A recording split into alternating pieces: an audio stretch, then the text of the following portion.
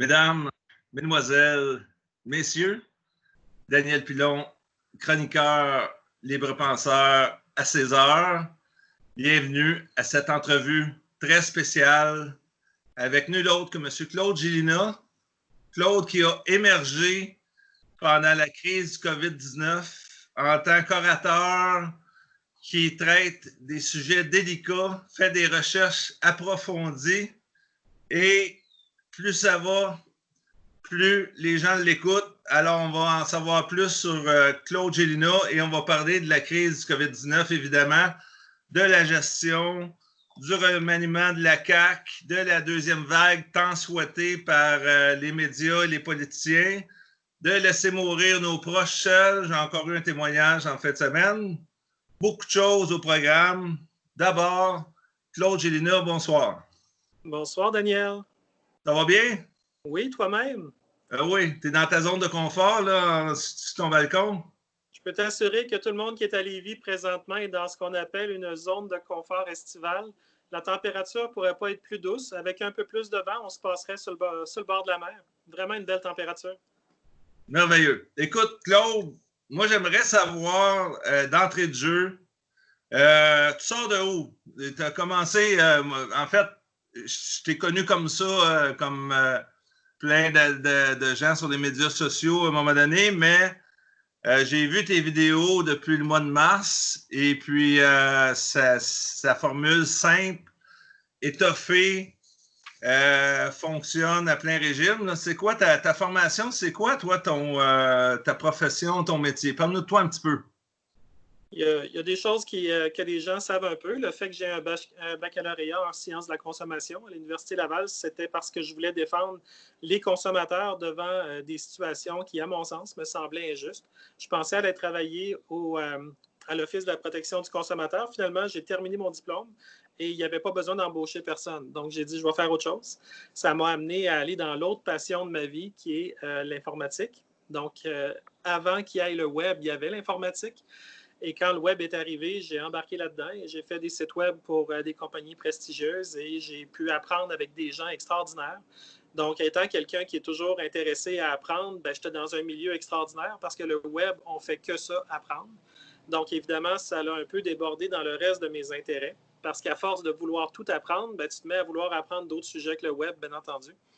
Et puis, ça m'a permis d'explorer l'actualité avec des yeux différents, avec les yeux d'un papa, les yeux d'une personne qui est concernée par non seulement ma propre personne, mais le bien des gens qui sont importants dans ma vie. Et à force de vouloir regarder l'information avec un autre angle, j'ai commencé à la lire avec un angle qui intéresse d'autres personnes. Alors, j'ai fait des blogs, j'ai écrit des choses qui étaient importantes pour moi. Puis aujourd'hui, il y a quelques semaines, j'ai pris la décision de venir faire des vidéos parce que plusieurs personnes aiment entendre et voir la personne. Il y a comme un non-verbal qui se communique qu'on n'arrive pas à passer avec des mots. Tu as beau écrire comme il faut avec beaucoup de prose.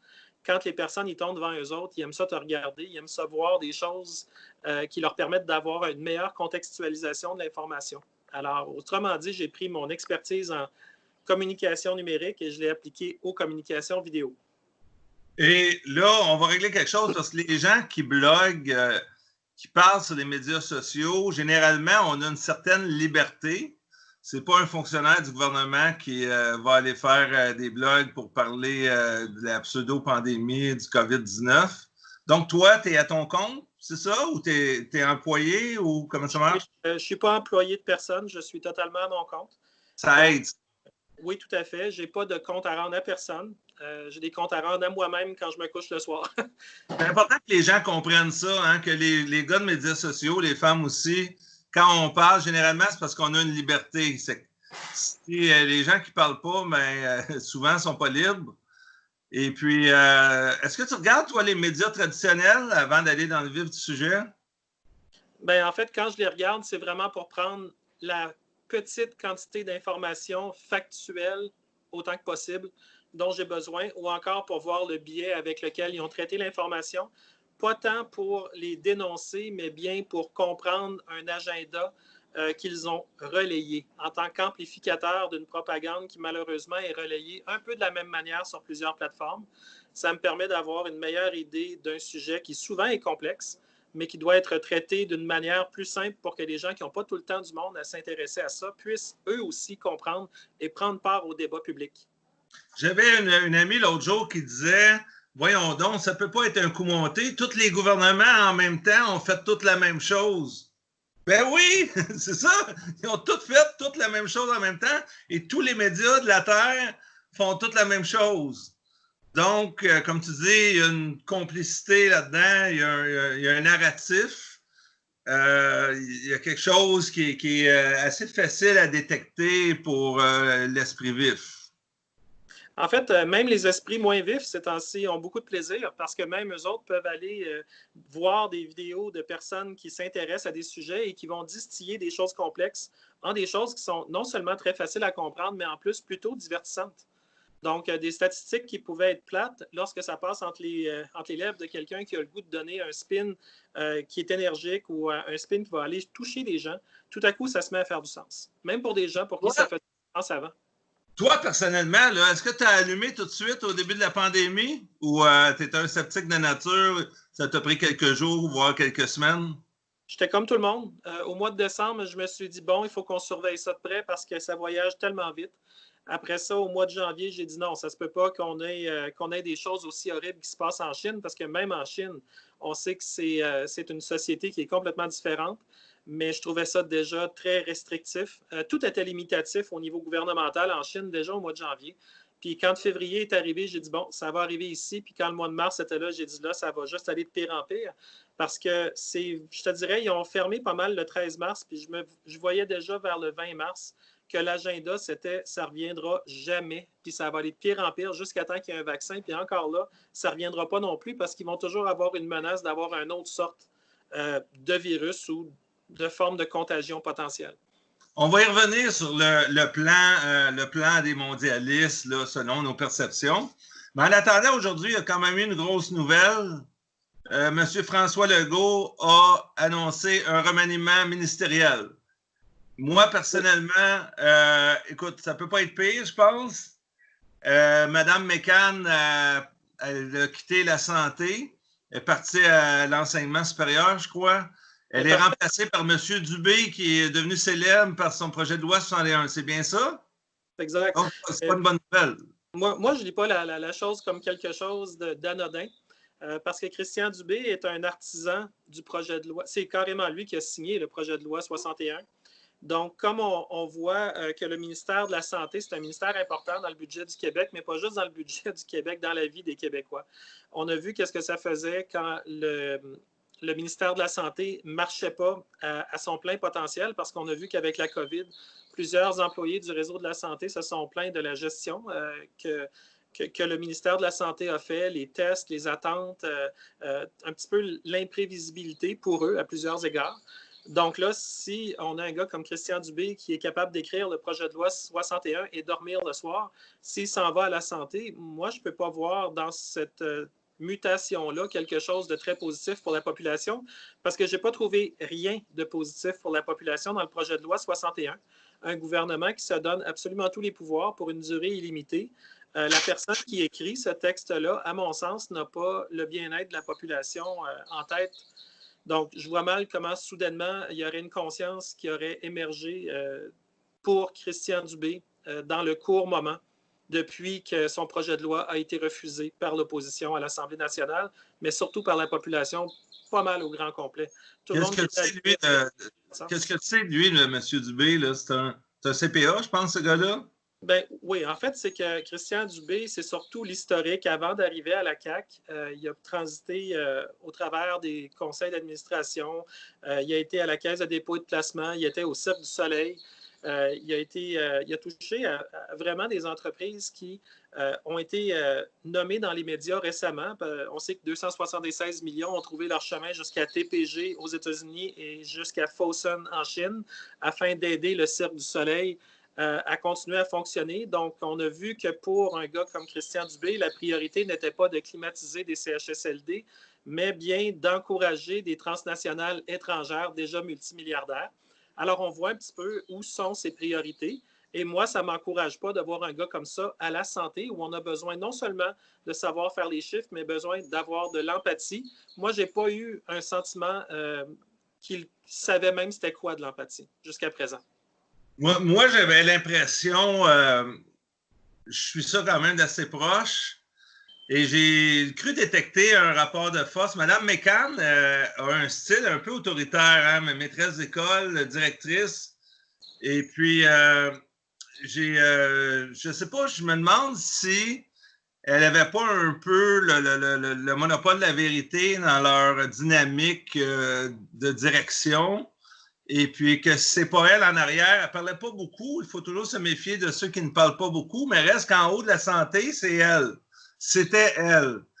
Alors, est-ce que Legault ou les têtes dirigeantes de la CAQ ont jugé qu'elle a livré une contre-performance ou que son souhait profond qu'on soit tous vaccinés commence à taper sur les nerfs de certains? Je ne peux pas croire qu'ils sont tous monstrueux à la CAQ. Là.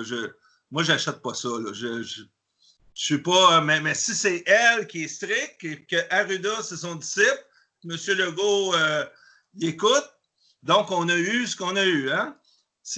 J'ai l'impression que là, il y a peut-être eu des ordres, puis il faut brasser ça, puis ça ne marche pas. On a l'air fou, on est critiqué. Et puis, mais comme tu dis, l'ombre au tableau, c'est Christian Dubé. Mais parle-nous un peu, Mme McCann. Est-ce que tu as trouvé admirable son travail? Mme McCann, elle n'a pas été très active sur les caméras. Elle a dit ce qu'elle avait à dire, mais je ne l'ai pas trouvée très active parce que je pense qu'elle a les bras vraiment remplis avec le ministère de la Santé. C'est d'ailleurs la raison pour laquelle je pense qu'on va peut-être entendre un petit peu moins Christian Dubé. C'est un gros ministère à gérer. Il y a beaucoup de gens qui ont des questions fort importantes, fort pressantes. Alors, j'ai l'impression que l'éléphant dans la pièce, de toute manière, c'est que je sais que c'est un remaniement ministériel. J'ai très bien lu le communiqué, mais j'ai trouvé ça bizarre qu'Horacio Arruda reste en poste en tant que directeur général de la santé publique du Québec. Sa performance, à mon sens, aurait dû être questionnée à plusieurs égards. On a encore une forme d'omerta au Québec sur l'hydrochloroquine, l'azithromycine et le zinc pour des raisons qui sont encore nébuleuses. Il n'y a jamais eu une seule fois où on a invité les gens à prendre, par exemple, de la vitamine C, de la vitamine D3, du zinc, peut-être même de l'oxygène dehors dans le but de garder le terrain de notre corps en meilleure santé. Toutes des choses qui me semblent un peu paradoxales parce que la santé publique devrait être à propos de la santé publique. Et je n'entends pas ça. Donc, je sais que c'est un remaniement ministériel, mais il me semble que ça aurait été un bon temps pour dire on a entendu la population, on sait qu'il y a beaucoup de mécontents, puis on aimerait avoir quelqu'un qui va être beaucoup plus proche de ce que la population veut comme gestion de la crise. Actuellement, on sait que le narratif ne plaît pas à tout le monde pour des raisons évidentes. La limitation des libertés des gens n'a pas très bien servi jusqu'à présent, puisque plusieurs experts se sont prononcés que le confinement aurait été l'étape de trop. Non nécessaire. Certains qui sont prudents la veulent, d'autres qui sont capables de voir que finalement, on a des antifas qui se réunissent, puis qu'on les aime ou qu'on les aime pas, ou Black Lives Matter, ils sont des milliers dans la rue, puis on voit le lendemain qu'il n'y en a pas plus du monde qui ont du COVID. Là. Donc, c'est des évidences qu'on est capable d'observer simplement en voyant l'actualité aller, puis on se pose la question, les confinements, la destruction, la pulvérisation de l'économie des PME au Québec, est-ce que ça valait la peine? Parce que Dr. Horacio Arruda, il a beau travailler sur la santé, puis Mme McCann aurait pu intervenir à tout moment. Elle n'est jamais intervenue, mais l'économie, pendant ce temps-là, s'est absolument effondrée à la faveur souvent de l'étranger. C'est un désastre. L'endettement, écoute, au fédéral, on parle de 300 milliards presque de plus. Au Québec, je ne sais plus combien de dizaines de milliards. Mais Arruda, justement, on va juste éclaircir ça. Je pense que j'ai cru lire qu'ils sont 10 directeurs de santé publique au même niveau. Lui, c'était le chouchou, c'est ça? Non, pas du tout. Lui, c'est le directeur général de la santé publique, mais il y a des directeurs de la santé publique dans les différentes régions du Québec. Lui est en haut et il se rapporte à la ministre, c'est ça? Oui, lui est directeur général, donc il se rapporte au gouvernement. Et il a l'air très convaincu. Il dit qu'il y a 95 % de chance de la pandémie, la deuxième vague à l'automne. C'est drôle, qu'est-ce qu'ils savent qu'on ne sait pas, ces gens-là? Moi, je regarde des sommités mondiales en virologie, etc., un peu partout sur les médias sociaux. Et puis, je n'ai pas entendu ça, moi. On dit, juste Didier Raoult, il dit, voyons donc, C'est un virus de grippe en forme de cloche. On est rendu en bas. D'ailleurs, il y a tellement plus de nouveaux cas au Québec qu'ils ne les marquent même plus sur Wikipédia. Sur le site de la santé, il n'y a à peu près plus rien. Même j'ai vu, je pense, le Journal de Québec qui marquait, il avait l'air très triste aujourd'hui de dire aucun nouveau décès aujourd'hui du COVID. Alors, pourquoi, c'est quoi cette affaire-là de prédire la deuxième vague à l'automne? Qu'est-ce que tu en sais, toi? Bien, moi, d'abord, je pense qu'on a quelqu'un qui conseille le docteur Horacio Arruda, qui s'appelle Marc Brisson. C'est un fonctionnaire qui a une spécialité au niveau des chiffres par rapport justement à des pandémies. Et il a reçu quand même 5 millions US de la fondation Bill and Melinda Gates je pense que c'est 2017. J'ai tout noté ça dans mon forum, donc les gens qui veulent aller chercher les sources, c'est tout là. Bon, il est bon longtemps, oui. Donc, évidemment, si moi, en 2017, quelqu'un m'avait donné 5 millions US, ben, je me rappellerai de son nom aujourd'hui en 2020. Ça change ton opinion, hein? Ça change l'opinion des gens, l'argent. C'est ça que le monsieur, madame, tout le monde doit comprendre, hein? L'argent change notre opinion. Ah, ouais. Si cette personne-là qui a reçu 5 millions US de la fondation Bill and Melinda Gates est celui qui conseille le docteur Arruda lorsqu'il dit qu'il y aurait une autre vague et qu'on entend Bill Gates sur CNBC et sur CNN dire qu'il va y avoir une deuxième vague, je trouve qu'il y a beaucoup d'écho dans cette même chambre-là. Et ça fait en sorte que moi, je suis obligé de me poser la question, ma foi, ils disent la même chose en même temps. Est-ce qu'on devrait s'en inquiéter? Alors, ces questions-là, il faut que la population se les pose aussi. Pourquoi on écoute Brisson? C'est parce que. C'est quoi? Est-ce que c'est les banques qui ont dit vous allez écouter l'OMS, Marc Brisson, on va vous avancer de l'argent, c'est comme ça que ça marche, posez pas de questions? Ou il y a d'autres choses que tu vas nous apprendre? On ne saura jamais qu'est-ce qui se passe. Tout ce qu'on sait, c'est ce qui est publié. Et ce qui est publié, c'est de l'information par rapport au passé et non pas de l'information par rapport au futur. Donc, dans le passé, on a vu qu'il y a eu de l'argent qui a été versé dans le cadre d'un projet de recherche où Marc Brisson était bénéficiaire. Maintenant, est-ce qu'il y a d'autres promesses de fonds dans le futur? Je ne sais pas, mais probablement que des gens qui pensent pareil vont se financer entre eux. Donc, peut-être qu'à force de faire un agenda qui correspond à la personne qui vient de te donner 5 millions il y a 3 ans, peut-être que tu vas avoir un autre 5 millions pour un autre projet de recherche dans quelques années. Qui sait? C'est totalement difficile à prédire, ça. Il faut pas. On sait qu'on a vu Trudeau avec Gates au début mai. On sait que le gouvernement crache des millions de pubs dans les médias. Ça, je ne me trompe pas. Là. Je suis sûr que je ne me trompe pas. Parce que c'est, écoute, même sur le web, on voit ça partout. Tu ouvres ton Facebook, tu as COVID partout dans le menu. Et puis, à la télé, tu as COVID. C'est sûr que les gouvernements crachent des millions et des millions et des millions de médias. C'est que finalement, il y a beaucoup de monde d'acheter, beaucoup de monde qui sont qui ont intérêt finalement à se la fermer ou même avoir un discours agressif envers les gens comme toi et moi et Alex Cossette-Trudel, Stéphane Blais, André Pitre, Amélie Paul, Lucie Laurier, j'en passe et j'en passe. Donc, on a un manque d'objectivité dans les médias traditionnels, mais tout le monde prédit la deuxième vague. Tout le monde dans le milieu politique et au niveau des médias traditionnels. Mais c'est basé sur rien. En fait, il faut comprendre que les modèles qui sont bâtis par Marc Brisson, on ne les connaît pas dans le détail. Souvent, si on voit quelque chose émerger, c'est souvent les résultats, mais on ne voit pas vraiment les formules qui sont derrière les modèles. On a vu en Angleterre les premiers modèles de plusieurs millions de morts en raison de la COVID qui sont sortis, qui ont été rapidement déboulonnés. Les modèles mathématiques ne nous servent vraiment pas bien jusqu'à présent, aussi bien dans cette crise-là que dans toutes les autres crises qu'on a vues récemment. Les modèles mathématiques sont basés sur des fictions, alors que nous, on évolue, comme tu le sais très bien, Daniel, dans la réalité. Et la réalité, ça prend des gens qui sont sur le terrain, ça prend des gens qui observent, qui utilisent leur jugement et qui rapportent de manière éduquée ce qu'il se passe, parce qu'on a vu qu'il y avait des directives qui faisaient en sorte qu'on essayait d'amener dans la réalité ce que le modèle avait prédit, parce que le modèle avait prédit plus de morts. On a entendu le docteur Horacio Arruda qui disait avoir sauvé 60 000 vies, mais en même temps, on a entendu aussi des morts qui ont été notées COVID et qui étaient peut-être morts avec la COVID, mais qui n'étaient peut-être pas non plus morts de la COVID.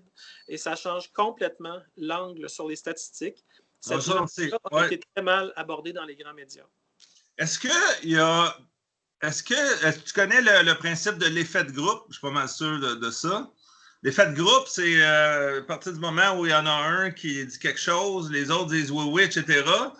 Je peux pas croire qu'ils sont tous nonos ou menteurs au gouvernement. Je crois pas ça. Ils sont pas tous achetés.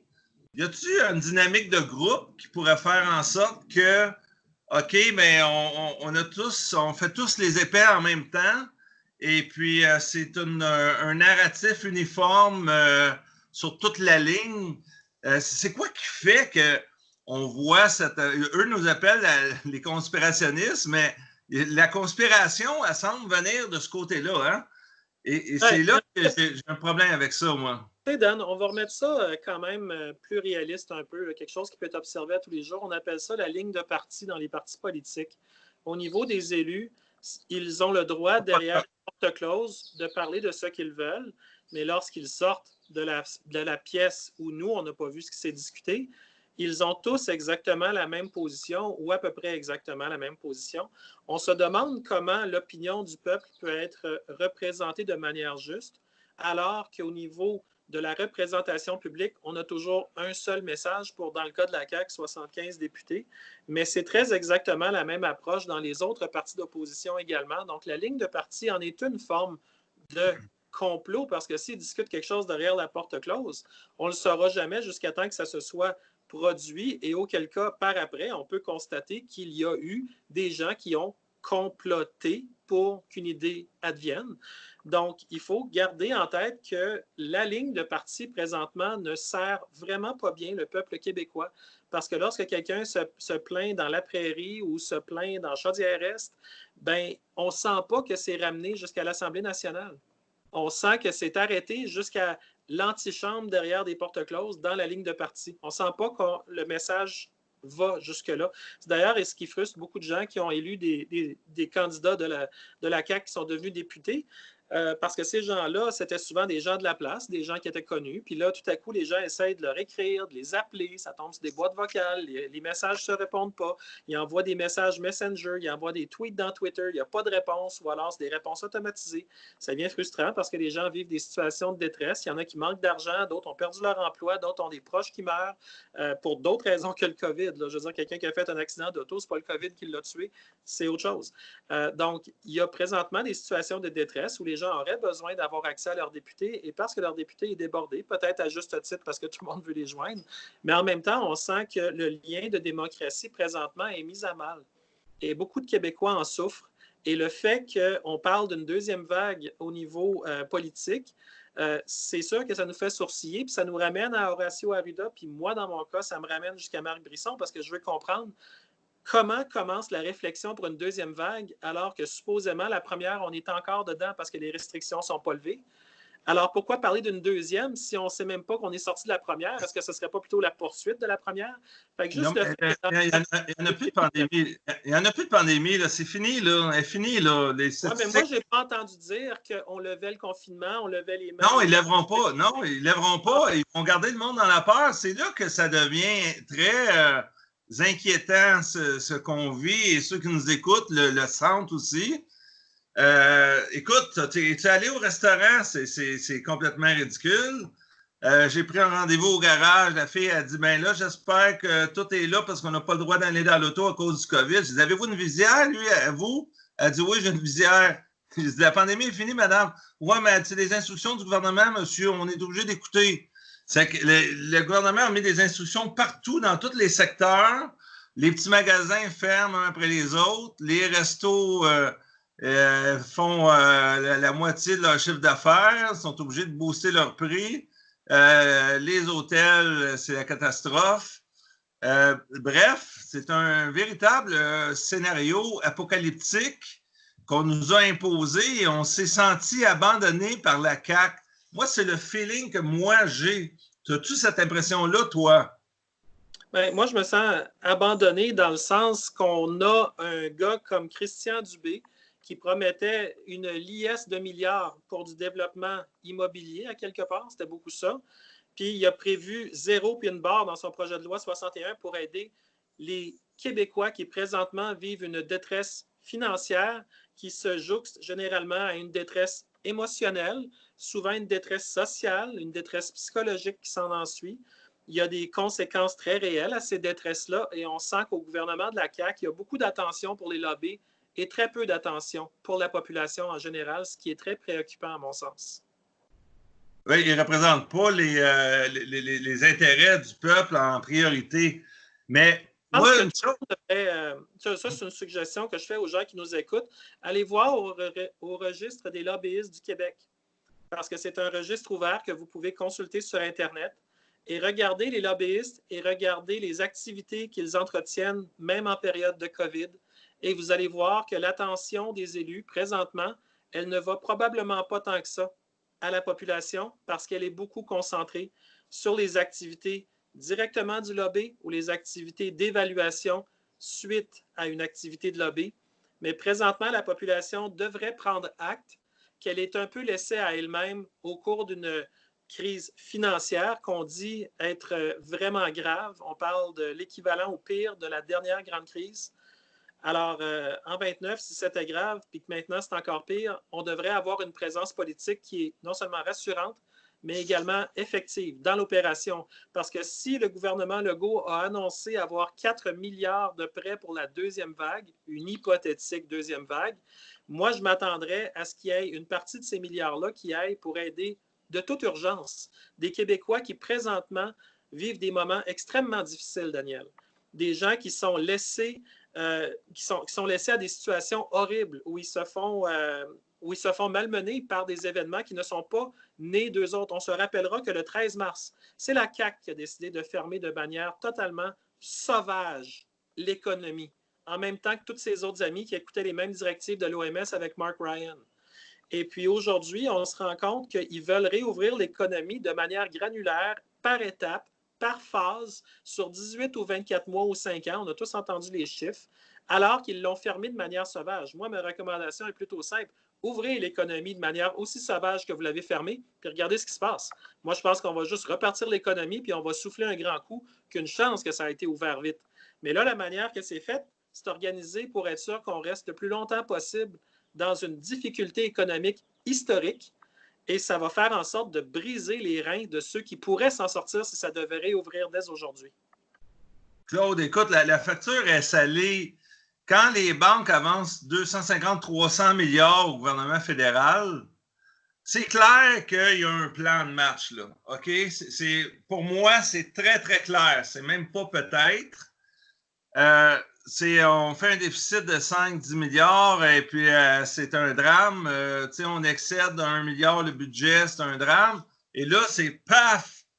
300 milliards de dettes. On vous achète le peuple, 2 000 par mois, des petites entreprises, un petit peu d'aide, un prêt de 40 000, bon, 30 000 à remettre si tu le rembourses vite.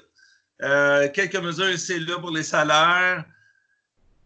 Donc, il y a un plan derrière ça. Okay? Ben, le plan dont tu parles. Et quand tu vois qu'ils insistent, ouais, vas-y.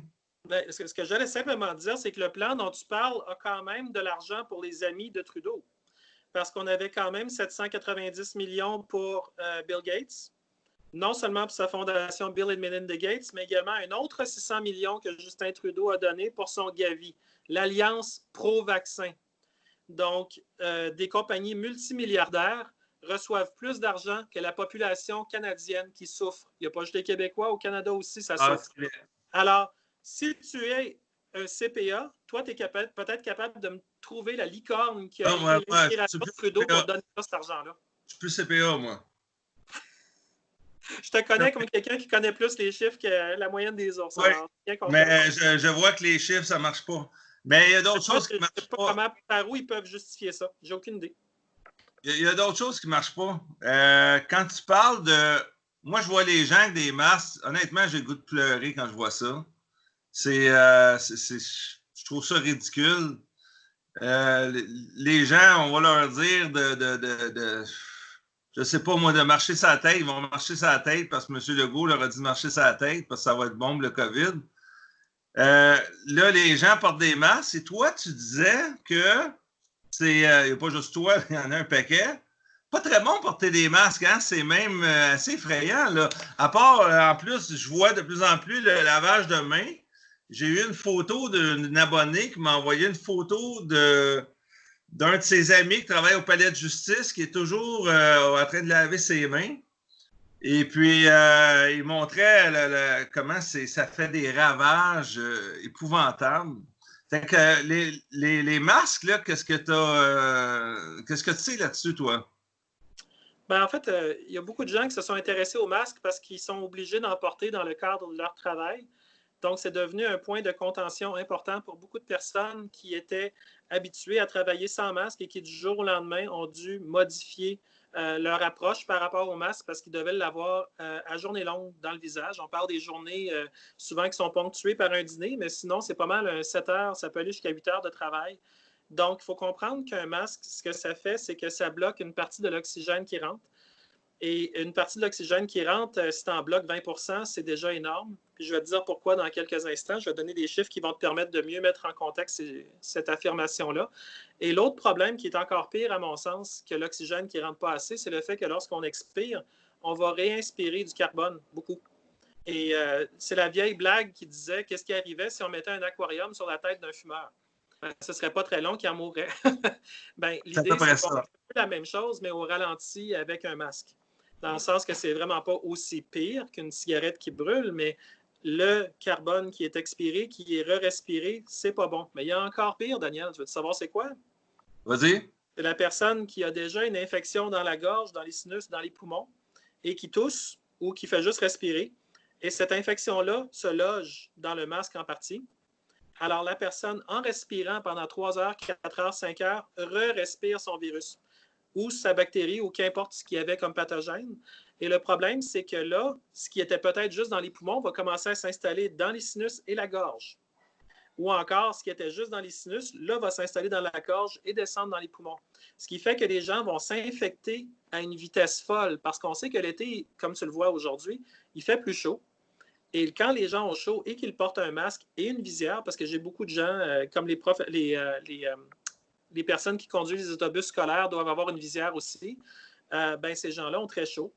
Et ça fait en sorte que lorsque tu as très chaud, puis tu te mets à avoir n'importe quoi, n'importe quelle chose qui déclenche une fièvre, puis que tu commences à éternuer ou quoi que ce soit, ben là, tout à coup, si tu ne changes pas immédiatement ton masque, tu es en proie de re-respirer ce que tu viens d'éternuer dedans. Moi, j'appelle ça un pack-sac à bactéries. Ou un pack-sac à limite à virus, parce que tu vas simplement amener partout où tu vas ce que tu as toussé ou ce que tu as respiré dans ton masque. Donc, évidemment, on sait que dans les hôpitaux, ils changent de masque selon les patients qu'ils voient, afin de justement éviter la contamination croisée entre les patients. Mais il faut comprendre que là, les gens qui portent le petit masque bleu, souvent, ils l'ont du matin au soir. Alors, même s'ils éternuent, même s'ils ne changent pas forcément toujours le masque, ou encore, on a vu qu'il y a des gens qui ont été très loin dans la créativité pour des masques en tissu, mais entre le moment où ils l'enlèvent, qu'ils le lavent à la laveuse et qu'ils le remettent, il est possible qu'ils aient simplement oublié de le laver, qu'ils repartent le lendemain matin avec le même masque et pendant peut-être plusieurs jours. Ils se réinfectent. Mais ça, c'est pas toi qui invente ça, là. Tu as fait tes recherches, là. Oui, Moi, j'ai vu ça passer, mais ils savent, eux, c'est ça qui m'inquiète, moi. Ils savent, eux, à la santé, au gouvernement, ce que tu dis, là. Ils en savent pas mal plus que ça. Je vais juste amener à ton attention. Aux États-Unis, on a ce qu'eux autres appellent aux États-Unis le Occupational Safety and Health Administration. C'est une administration pour la sécurité au travail. Donc, le fameux OSHA, c'est très important aux États-Unis. Eux autres ont dit que l'air frais normal contient 20,95 % d'oxygène. Et après ça, ils ont défini qu'une atmosphère qui est déficiente en oxygène, c'est lorsque c'est inférieur à 19,5. Donc, on a juste besoin de descendre de 1,45 %, puis on est déjà dans une atmosphère qui est déficiente en oxygène. Donc, l'atmosphère à l'intérieur du masque, le masque dont on parle, déjà, il est déficient si tu descends de 1,45 % en comparaison avec à l'air libre. Donc, ça, c'est très important parce que si tu descends en bas de ça, il y a des conséquences très réelles pour la santé. Puis ça peut devenir évidemment très préoccupant parce que tu n'as plus le droit de monter dans une échelle, tu n'as plus le droit de faire des efforts physiques importants. Et puis évidemment, il faut comprendre que tu peux avoir des troubles de la pensée, de la coordination. L'environnement pauvre en oxygène, finalement, est un réel danger pour l'humain. Avec le masque, tu tombes en bas du 19 d'oxygène. Là. Tu dis. Dans l'étude, M. William N. Rom, R-O-M, c'est un drôle de nom de famille, juste 3 lettres, lui a établi que justement, il a étudié entre le 16 et 19,5 %. Puis il y a tous les chiffres, c'est tout dit dans mon forum. Je pourrais vous donner le lien pour ceux qui le veulent. Là. Mais lui, il a marqué très clairement chaque employeur et entité gouvernementale qui impose le port de masques faciaux est tenu de faire 2 choses. Écoute bien ce que je vais dire. Première des choses, ils doivent fournir des tests atmosphériques à chaque personne pour mesurer les niveaux moyens d'oxygène à l'intérieur du masque. Il faudrait qu'il rentre un senseur à l'intérieur du masque pour mesurer. C'est très important. À l'intérieur du masque lorsqu'il est porté. Et deuxièmement, si l'oxygène est inférieur au chiffre de 19,5 que je viens de te dire, ça prend presque rien avant que ça arrive là, ils doivent être pourvus d'un système respiratoire enrichi en oxygène. Donc, ce qui se passe, qu'on voit partout dans les commerces au Québec, on voit que cette discipline-là, qui vient du gouvernement américain, n'est absolument pas respectée au Québec et on voit que dans nos autorités gouvernementales, personne n'a encore eu la curiosité d'aller voir ce que les meilleurs au monde ont comme information. Donc, moi, je trouve ça très préoccupant que ce soit moi qui en parle et non pas nos autorités publiques. Pourquoi sont-elles obsessives à faire porter des masques à tout le monde alors qu'on voit ici... Ils sont posés avec ça, hein? Legault, Lebel, ils sont tous posés avec leur masque, hein? Sur les médias sociaux. C'est peut-être une mauvaise information qu'ils ont reçue, mais je peux difficilement croire que des gens qui sont des professionnels du domaine n'ont pas vu ce qui est la conclusion à l'OSHA américain. Le plus simple, c'est on arrête tout ça. On arrête les mesures, on arrête les masques, les mesures de confinement, les restos, on arrête tout ça et finit la pandémie. Vous ferez un autre plan de match là, au mois de septembre-octobre. Si votre souhait que la deuxième vague arrive, là, vous remettrez vos mesures. Là, elle est finie. Elle est finie. Donc, vous vous trahissez parce que là, on voit, moi, c'est comme ça, je le vois, ils se trahissent. On voit qu'il y a un plan. Oui, c'est tout à fait. En fait, on a le traçage contact qui vient s'ajouter au petit musée des horreurs que tu viens de nommer. Présentement, la population est prise en otage derrière des règles qui n'ont pas été débattues de manière publique. Ça a été imposé de manière unilatérale.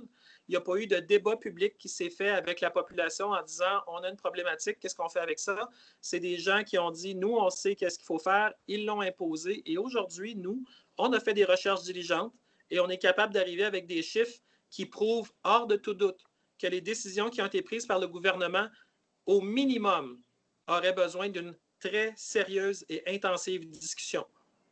On fait quoi avec ça, nous autres, là, Gélina? Je sais que toi, tu parles beaucoup, tu as une touche un peu spirituelle, tu dis faut que ça aille dans votre cœur. Tu as un beau message là, quand tu fais ton show tout seul sur ton balcon, et puis c'est pas tout le monde là, qui est rendu là. Mais comment qu'on serait dans notre cœur et dans notre spirit, dans le fond, écoute, s'ils ont un plan, eux autres, pas grand-chose qui va les arrêter. Là. On fait quoi? On sort 100 000 devant le Parlement à fin juillet. On continue d'éveiller la masse pour que la pression populaire devienne insoutenable, parce qu'ils sont quand même pas fous, là. Ils veulent être réélus, ces gens-là aussi. Puis ça va laisser des traces. On fait quoi, nous, concrètement, là, selon Claude Gélina? Les choses que les gens peuvent faire leur appartiennent. Je n'ai jamais donné de conseil à quelqu'un en disant « il faut que tu fasses ça ». J'ai toujours été dans le sens qu'en retournant dans notre cœur, on a une forme de vibration, de cohérence qui nous donne confiance qu'on va faire quelque chose qui correspond à notre potentiel de réalisation supérieur à chacun d'entre nous. et qu'au final, on va avoir ensemble la possibilité de se réaliser dans notre plein potentiel, individuellement et collectivement. Donc, qu'est-ce qu'on fait? On suit notre meilleure intuition.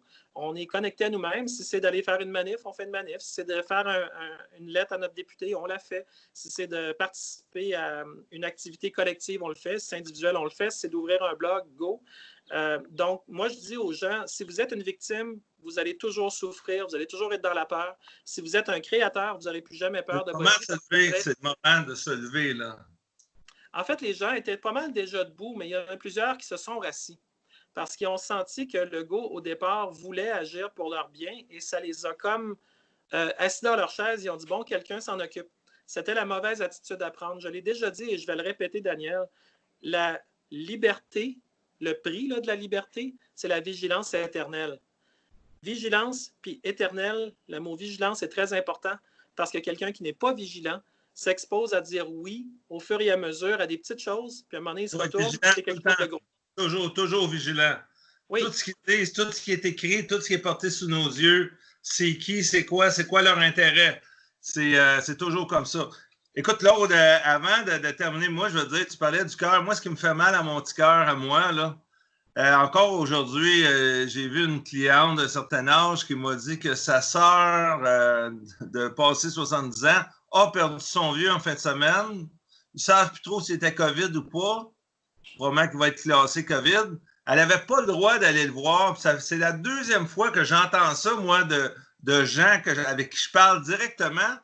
Moi, je trouve ça dégueulasse que tu ne peux pas aller voir un proche. Écoute, ça n'a pas de mots. C'est-tu moi qui est dans ma bulle ou bien c'est d'une horreur incommensurable d'empêcher d'aller voir, hey, on assume le risque. Si je pense qu'ils font un test. Je pense qu'ils veulent voir jusqu'où on est capable de s'abaisser devant leur unilatérale décision de nous forcer un modèle qu'on ne veut pas du tout, ce qu'ils appellent la nouvelle normale. Quiconque a été dans une résidence de personnes âgées, quiconque a été capable d'y aller en appelant, en prenant rendez-vous, en se rendant sur place, le purel, les gants, la petite jaquette jaune, le masque, la visière, de se rendre pendant des périodes de temps limitées dans la chambre avec la personne âgée, la porte fermée, pas le droit de sortir de la chambre, sinon c'est une décontamination complète. On recommence le processus à zéro. Pas le droit de croiser personne d'autre dans la résidence de personnes âgées. Et la personne dans la chambre que vous allez voir, remarquez qu'elle est toujours habillée, entre guillemets, en hiver. Parce que nous sommes nombreux à s'occuper d'un parent plus âgé qui est en résidence et on leur amène des vêtements, on nettoie leur linge souvent, on fait des choses pour eux. Mais vous remarquerez qu'ils ont encore tout leur linge d'hiver, donc ils n'ont pas les shorts que nous, toi et moi, toi, tu as sûrement des Bermudas sur toi en ce moment parce qu'il fait chaud. Mais exact. Eux, généralement, sont pris pour porter des pantalons parce qu'il n'y a personne qui peut rentrer avec des vêtements d'été sans avoir passé par un barrage de sécurité tellement énorme que ça décourage les gens. Donc, les personnes âgées sont des victimes. Là. Mais c'est des ordres qu'ils ont reçus, là. C'est des ordres qui arrivent de l'extérieur du Québec, ça. Tout à fait. Les directives sont enforcées, sont forcées par la résidence elle-même, mais sont reçues d'autorités de la santé publique plus haute. Plus haute, et c'est probablement que ça arrive de l'OMS aussi. Ça fait partie. On dirait que moi, j'ai l'impression, en conclusion, là, qu'il n'y a rien qui a été laissé au hasard dans ce plan mondial-là. Ben, on sent que moi, ce que j'aimerais, c'est que la CAQ, là, il y a des gens de la CAQ qui nous écoutent, là, des députés, des ministres, des conseillers, il y en a, je le sais. Je le sais. Faites donc une petite introspection, les boys, les girls. Dire, on est-tu obligé d'aller jusque-là? Je peux comprendre que vous avez peut-être des boss ou des complices ou des gens qui veulent faire de la business, le 5G, etc., ou le traçage, je ne sais pas quoi. Est-ce que vous êtes obligé d'écouter cette hystérie-là, ce délire mondialiste que l'on détecte en grand nombre de plus en plus? Êtes-vous vraiment obligé? Allez-vous être pendu si vous n'écoutez pas? Vous dites, c'est assez? C'est quoi qui se passe? Je suis en train de me craquer, là. C'est quoi qui se passe? Bien, Daniel, si on prend, parce que pour répondre à ta question, si on prend le scénario qu'effectivement, ils ont été menacés pour vrai, c'est un scénario qu'on voit souvent dans des films. Peut-être que dans la réalité, ça arrive. À ce moment-là, il faudrait, nous, en tant que population, leur donner les arguments. Il faudrait qu'ils puissent retourner vers la personne qui les intimide en disant « J'ai reçu 10 000 personnes qui m'ont écrit à mon bureau de comté. Je ne peux pas faire autrement que de répondre à ça. » Autrement dit, pour être honnête avec nous, parce que le problème des firmes de communication qui gèrent le message, là, je pense qu'à un moment donné, ça ne marche plus dans une crise, là.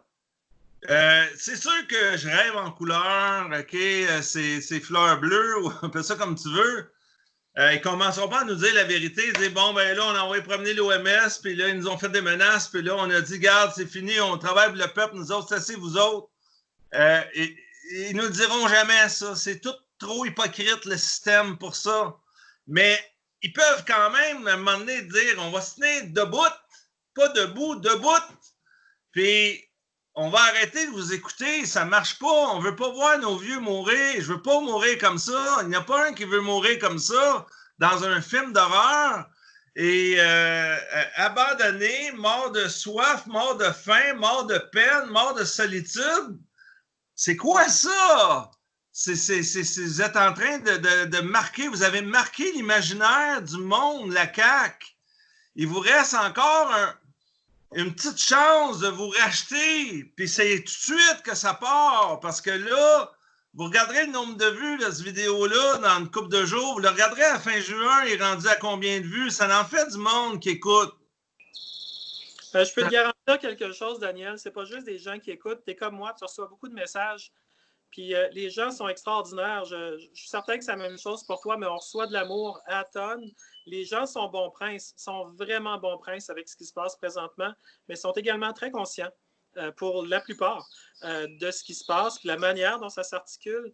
Moi, ce que j'aimerais, ce serait que les 125 élus de l'Assemblée nationale se comportent de façon à refléter ce que les gens ont à dire et non pas de se faire les chambres d'écho des lobbies pharmaceutiques ou des lobbies de développement commercial ou de tous les lobbies qui n'ont pas l'intérêt du plus grand nombre à cœur. Présentement, on est devant ce qui ressemble à une armée qui travaille pendant 4 ans, alors qu'il y a 8,45 millions de Québécois qui travaillent pendant une journée, pendant 4 ans, soit le jour où ils vont voter. Moi, je pense qu'il faut renverser ça complètement, que les lobbies aient le droit de s'attaquer, de parler aux parlementaires une fois par 4 ans, puis que nous, on parle avec les parlementaires pendant les 4 ans. Ça transformerait complètement les choses. Donc, là, on va les observer de proche dans les prochains jours, prochaines semaines. Nous, on se reparle d'ici 2 semaines à peu près. C'est très intéressant des conversations comme ça, parler des vraies affaires. Je te remercie infiniment. Félicitations, ta chaîne YouTube, je pense que ça monte en flèche et 7-8 000 abonnés déjà.